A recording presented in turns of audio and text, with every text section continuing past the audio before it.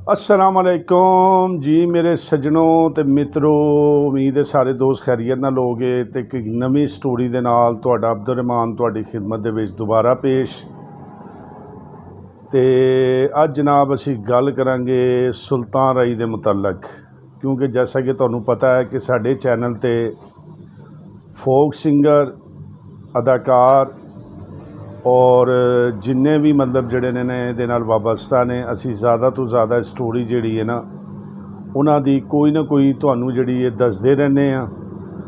ते अज भी असी तुहानूं सुल्तान राई साहब दे मुतलक एक ऐसी स्टोरी दसांगे जिहड़ी बिल्कुल हकीकत ते मबनी है। ते लेकिन जिहड़े दोस्त मेरे चैनल ते नवें नवें आए हो उन्हां अगे अज एक नहीं दो रिक्वेस्टां ने। पहली रिक्वेस्ट ये है कि यह वीडियो वेखदे विच तुसी मेरा नाल जिहड़ा सबसक्राइब वाला बटन है ना काला जिहा लगा हुंदा है उहनूं ज़रूर दबा दिओ ते नाल बैल आइकॉन दे बटन नूं दबा दिओ ताकि इस तरह दीयां मज़ीद वीडियो तुहाडे तिकर पहुँचदियां रहन। और दूसरा ये है कि मेरी खाली इस वीडियो नूं नहीं वेखना, मेरे चैनल नूं सर्च करना और मेरियां जिहड़ियां पिछली वीडियो ने ਉਹਦੇ ਵਿੱਚ भी ਤੁਹਾਨੂੰ फनकारां ਦੇ मुतलक काफ़ी मालूमात मिलेगी, ਉਹਨਾਂ ਨੂੰ भी ज़रूर वेखना है। तो गल करने अज सुल्तान राई साहब दे उस वाक़े दी जिहदे च उन्हां दी पूरी जानदार और अदाकारी दे नाल किन्नी मुहब्बत सी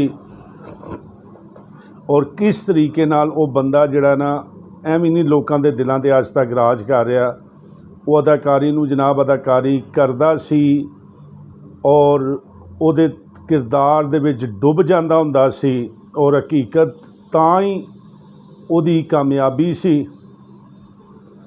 ਗੱਲ ਕਰਨੇ ਆ ਹੁਣ ਤੁਸੀਂ ਆਖਰ ਤੱਕ ਵੀਡੀਓ ਦੇ ਨਾਲ ਜੁੜੇ ਰਹਿਣਾ, ਵੀਡੀਓ ਆਖਰ ਤੱਕ ਜ਼ਰੂਰ ਵੇਖਣਾ। ਫਿਲਮ ਸੀ ਗਾਡਫਾਦਰ ਤੇ ਜਿਹੜੇ ਦੋਸਤਾਂ ਨੇ ਸੁਲਤਾਨ ਰਾਈ ਸਾਹਿਬ ਦੇ ਫੈਨ ਨੇ ਉਹਨਾਂ ਨੇ ਉਹ ਫਿਲਮ ਜ਼ਰੂਰ ਵੇਖੀ ਹੋਏਗੀ। ਤੇ ਜੇ ਤੁਸੀਂ ਪਹਿਲੇ ਫਿਲਮ ਨਹੀਂ ਵੇਖੀ ਤੇ ਜਿਹੜੀ ਹਕੀਕਤ ਮੈਂ ਦੱਸਣ ਲੱਗਾ इनू यूट्यूब ते फिल्म मौजूद है, तुसी चैक करना। गॉडफादर फिल्म का नाम सी, बहुत ज़्यादा स्टार उहदे विच मौजूद सी, अपने दौर की सुपर हिट मूवी सी। उहदे विच एक सीन सी कराची दे साहिल दे उत्ते कि स्टोरी इंज दी चल रही हुंदी है कि सुल्तान राई बदमाशी तो तौबा करके अपने तमाम गुनाहों तो तौबा करके नेक होना चाहते हैं और वो कराची का एक समंदर सी सीन उत्ते फिल्माया गया। तो उत्थे पत्थरां दे उत्ते बह के ते सुल्तान राई अपने रब कोलों दुआ करते हैं और माफ़ी मंगते हैं कि या अल्लाह मेरे कोलों पिछे जो मैं गुनाह कर चुके हैं, जो सारा कुछ कर चुके हैं, सीन दी जिन्नी डिमांड सी है नहीं तो मैनू माफ़ कर दें। अच्छा उहदे विच जदों सीन सीन जदों कर रहे होंदे ने ते सीन दे विच ही यह हुंदा है कि एक लहर आनी हुंदी है, वो लहर जिहड़ी है हो के ते वापस चली जाती है। पहले उन्होंने सीन पिक्चराइज कराने तो पहले उन्होंने एक दो दफ़ा चैक किया भी ये लहर किन्नी की हुंदी है, कित्थों जे करके वापस चली जाती है।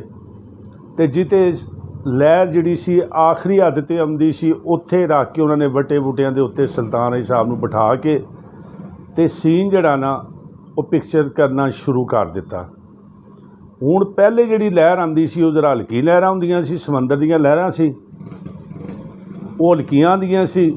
लेकिन जिस वक्त सुल्तान राई साहब ते वो सीन पिक्चर होण लगा, पिक्चराइज किया उन्होंने, उस वक्त जिहड़ी लहर आई सुल्तान राई साहब उत्थे पत्थरां दे बह के दुआ कर रहे ने, अल्लाह कोलों माफ़ियां मंग रहे ने।